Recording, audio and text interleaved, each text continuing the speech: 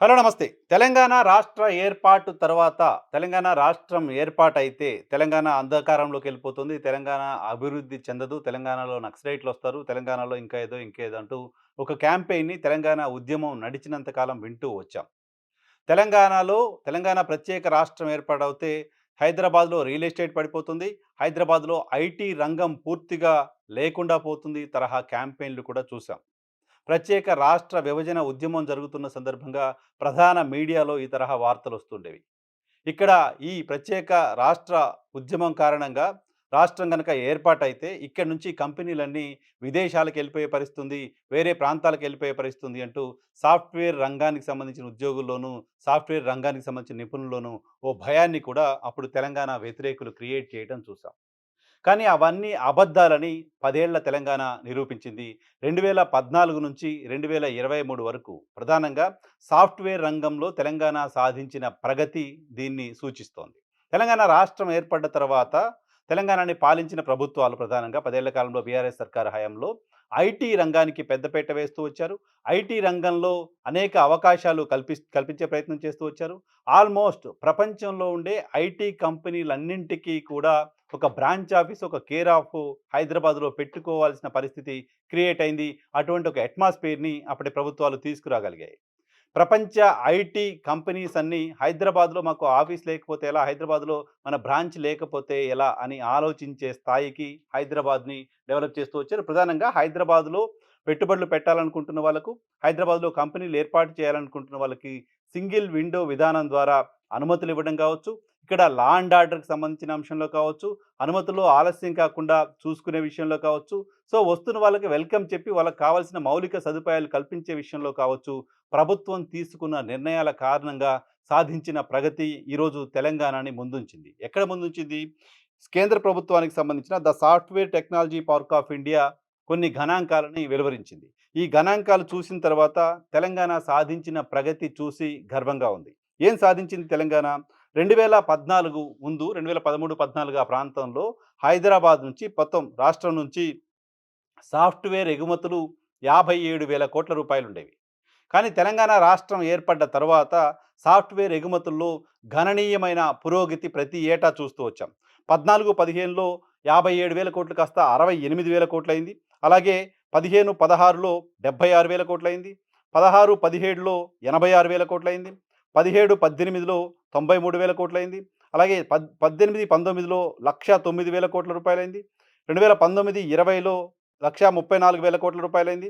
అలాగే 20, 21లో 1,48,000 కోట్ల రూపాయలైంది. 21, 22లో 1,85,000 కోట్ల రూపాయలైంది. 22, 23లో ఏకంగా 2,45,000 కోట్ల రూపాయలు తెలంగాణ సాఫ్ట్‌వేర్ ఎగుమతులున్నాయి. ఇక 23, 24లో 2,72,000 కోట్ల రూపాయల సాఫ్ట్‌వేర్ ఎగుమతుల్ని తెలంగాణ సాధించింది. మొత్తం సాఫ్ట్‌వేర్‌కి సంబంధించిన రంగంలో సాఫ్ట్‌వేర్ ఎక్స్‌పర్ట్స్‌లో దక్షిణాది రాష్ట్రాల ముందున్నాయి. కర్ణాటక, మహారాష్ట్ర, తమిళనాడు, తెలంగాణ. ఈ 4 రాష్ట్రాలే మెజారిటీ షేర్‌ని సాఫ్ట్‌వేర్ ఎక్స్‌పోర్ట్స్‌లో తీసుకుంటూ ఉన్నాయి. గతంలో మనకి సాఫ్ట్‌వేర్ ఉద్యోగాలంటే, ఐటీ ఉద్యోగాలంటే బెంగుళూరు, పూణే, చెన్నై లాంటివి వింటూ ఉండేవాళ్ళం. కానీ ఇప్పుడు వాటన్నిటిని దాటి, వాటన్నిటికంటే ఎక్కువగా హైదరాబాద్ సాఫ్ట్‌వేర్ రంగంలో ముందుకు దూసుకుపోయిన గణాంకాలని కేంద్ర ప్రభుత్వం చెప్తోంది. గడిచిన 10 ఏళ్ల కాలంలో 10,00,000 మంది ఐటీ ఉద్యోగులకు అవకాశాలు కల్పించారు అనేది కూడా ఈ సంస్థ చెప్తున్న మాట. జనరల్‌గా మన సాఫ్ట్‌వేర్ ఉద్యోగం ఒకటొచ్చిందంటే, దానికి రిలేటెడ్‌గా మరొక 4 ఉద్యోగాలు, నలుగురికి ఉపాధి దొరుకుతుంది. సో, అలా 10,00,000 ఉద్యోగాలు 10 ఏళ్ల కాలంలో సాఫ్ట్‌వేర్ రంగంలో మాత్రమే వస్తే, 40,00,000 మందికి ఉపాధి దొరికినట్లుగా భావించాల్సి ఉంటుంది. సో, సాఫ్ట్‌వేర్ రంగంలో సాధించిన ప్రగతి తెలంగాణని ముందుంచింది. ఆ మాటకొస్తే మొత్తం 1 డెకేడ్‌లో 2015, 16 నుంచి 2023, 24 వరకు మొత్తం 1 డెకేడ్‌లో సాఫ్ట్‌వేర్ రంగంలో వృద్ధి కర్ణాటక ఎలా ఉంది? మహారాష్ట్రలో ఎలా ఉంది? అలాగే తెలంగాణలో ఎలా ఉంది? తమిళనాడులో ఎలా ఉంది చూస్తే, ఈ వృద్ధి రేటు, గ్రోత్ రేటు మహారాష్ట్రలో 247.5% ఉంటే, కర్ణాటకలో 284.84% ఉంటే, తెలంగాణలో 298.9% ఉంది. ఆల్మోస్ట్ 300% గ్రోత్ తెలంగాణ సాధించింది. మొత్తం భారతదేశంలో ఈ స్థాయిలో గ్రోత్ సాధించిన రాష్ట్రం ఇంకేదీ లేదు. ఈవెన్ మహారాష్ట్ర, కర్ణాటక, తమిళనాడు కూడా. అంతేకాదు డబుల్ ఇంజిన్ సర్కార్ గురించి చాలామంది భారతీయ జనతా పార్టీకి సంబంధించిన నాయకులు మాట్లాడుతూ ఉంటారు. సో, ఎన్నికల్లో ఓట్ల కోసం అటువంటివి మాట్లాడుండొచ్చు కానీ, డెవలప్‌మెంట్ విషయంలో అది నిజం కాదు అనే విషయం అర్థమవుతోంది. సో, సింగిల్ ఇంజిన్ సర్కారే 10 ఏళ్ల పాటు తెలంగాణను పాలించింది. ఈ సింగిల్ ఇంజిన్ సర్కార్‌లోనే 300% పైగా సాఫ్ట్‌వేర్ ఎక్స్‌పోర్ట్స్‌లో గ్రోత్ కనిపించింది.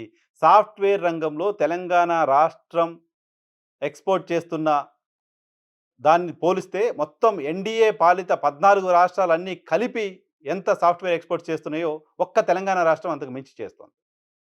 సో, తెలంగాణ రాష్ట్రం ఏర్పడితే రాష్ట్రంలో ఆందోళనలు, అరాచకాలు, శాంతి భద్రతల సమస్య ఉండదు. తెలంగాణ రాష్ట్రం ఏర్పడితే తెలంగాణ రాష్ట్రం బ్రైట్‌గా ముందుకు వెళ్తుంది అనే దానికి సంబంధించిన ఉదాహరణలివి. తెలంగాణ రాష్ట్రంలో ఈ స్థాయిలో సాఫ్ట్‌వేర్ రంగం ముందుకెళ్ళడానికి, సాఫ్ట్‌వేర్ రంగంలో పెట్టుబడులు రావడానికి, సాఫ్ట్‌వేర్ రంగంలో ఉద్యోగాలు రావడానికి, సాఫ్ట్‌వేర్ రంగంలో గ్రోత్ 300% దాదాపు ఉండడానికి కారణం ఖచ్చితంగా అప్పటి ప్రభుత్వాలకు ఇవ్వాల్సి ఉంటుంది. అప్పుడు ఐటీ మంత్రిగా ఉన్న కేటీఆర్ పర్టిక్యులర్‌గా హైదరాబాద్ పైన దృష్టి పెట్టి, హైదరాబాద్‌లో ఐటీ కంపెనీల ఏర్పాటుకు అనుకూల వాతావరణాన్ని ఏర్పాటు చేసి, వాళ్ళకి కావాల్సిన మౌలిక సదుపాయాలను ఏర్పాటు చేసి, సో, అనేక దిగ్గజ కంపెనీలతో మీటింగ్స్‌ని ఆర్గనైజ్ చేసి, వాళ్ళందరూ ఇక్కడికి రావడానికి సంబంధించిన ఒక అట్మాస్ఫియర్‌ని క్రియేట్ చేయడంలో సక్సెస్ కావడం కూడా హైదరాబాద్ ఈ స్థాయిలో ముందుకు వెళ్ళడానికి ఒక రీజన్‌గా చెప్పొచ్చు. సో, ఆంధ్రప్రదేశ్ కనీసం పోటీలో కూడా లేదు. ఆంధ్రప్రదేశ్‌కి సంబంధించి ఆంధ్రప్రదేశ్ ముఖ్యమంత్రిగా ఉన్న చంద్రబాబు ఐటీని తాను ప్రోత్సహించారని పదే పదే చెప్తూ వస్తున్నప్పటికీ, ఆంధ్రప్రదేశ్‌లో ఇప్పటికీ రాష్ట్రం విడిపోయిన తర్వాత 7 ఏళ్లకు పైగా ఆయన ముఖ్యమంత్రిగా కొనసాగుతున్నప్పటికీ, గ్రోత్‌లో మాత్రం కనిపించట్లేదు. హైదరాబాద్ పాడైపోతుంది, హైదరాబాద్‌కు నష్టం జరుగుతుంది అని చేసిన ప్రచారం పటాపంచలైపోయింది. హైదరాబాద్ చాలా ర్యాపిడ్ గ్రోత్‌తో ముందుకెళ్తోంది. ఆ మాటకొస్తే హైదరాబాద్ ఇంకా మూడో స్థానంలోనే ఉంది. కర్ణాటక, మహారాష్ట్రనే ఎక్కువ ఎక్స్‌పోర్ట్ చేస్తున్నాయి. బట్ గ్రోత్‌లో తెలంగాణ ఎక్కువుంది. గ్రోత్ మిగతా 2 రాష్ట్రాల కంటే చాలా ఎక్కువగా తెలంగాణలో ఉంది. సో, తెలంగాణ రాష్ట్రం ఏర్పడ్డ తర్వాత సాధించిన ఘన విజయాలలో ఐటీ రంగంలో సాధించిన ఈ యొక్క అద్భుత ప్రగతి కూడా ఒకటిగా చెప్పొచ్చు. గతంలో మనం మాట్లాడుకున్నాం. తెలంగాణ ప్రాంతంలో తెలంగాణ పండించిన ధాన్యం గణనీయంగా తెలంగాణలో ధాన్యం ఉత్పత్తి పెరిగింది అనే విషయాన్ని కూడా కేంద్రం చెప్పడం చూసాం. గణనీయంగా తెలంగాణలో సాగు భూమి విస్తీర్ణం పెరిగింది అనే విషయాన్ని కూడా గతంలో కేంద్రం చెప్పడం చూసాం. ఆల్మోస్ట్ 4, 5 రెట్లు ధాన్యాన్ని అడిషనల్‌గా తెలంగాణ రాష్ట్రం పండించింది 10 ఏళ్ల కాలంలో అనేది కూడా కేంద్రం చెప్పిన గణాంకాలు చూసాం. సో, వ్యవసాయ రంగంలో ఆ స్థాయి అభివృద్ధిని కేంద్రం ప్రశంసించడం, ఆ స్థాయిలో అభివృద్ధి కంటిన్యూయస్‌గా పెరుగుతూ రావడం 10 ఏళ్ల కాలంలో చూసాం. 2014 నుంచి 2023 వరకు. తాజాగా ఐటీ రంగంలో సాధించిన అభివృద్ధిని కూడా కేంద్ర ప్రభుత్వ గణాంకాలు కళ్లకు కట్టినట్టు చూపిస్తున్నాయి. సో, తెలంగాణ రాష్ట్రం ఏర్పడ్డ తర్వాత మొదటి 10 ఏళ్లు సాధించిన ప్రగతికి సంబంధించిన ఆనవాళ్లుగా వీటిని చూడాల్సి ఉంది.